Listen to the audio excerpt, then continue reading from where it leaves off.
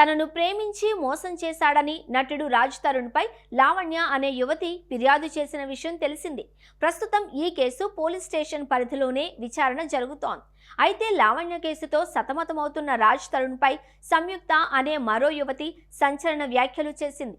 అతని పేరు ప్రస్తావించకుండా అతడి సినిమాలతో ఆ హీరో మగాడే కాదు అంటూ వీడియో పెట్టింది. గత నెల నుంచి రాజ్ తరుణ్ లావణ్య మధ్య జరుగుతున్న రచ్చ చూస్తున్నా.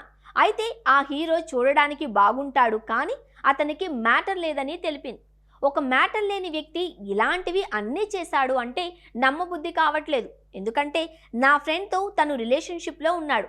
అయితే వాళ్ళిద్దరూ రిలేషన్లో ఉన్నప్పుడు ఆ పిల్ల రోజూ ఏడుస్తూనే ఉండేది.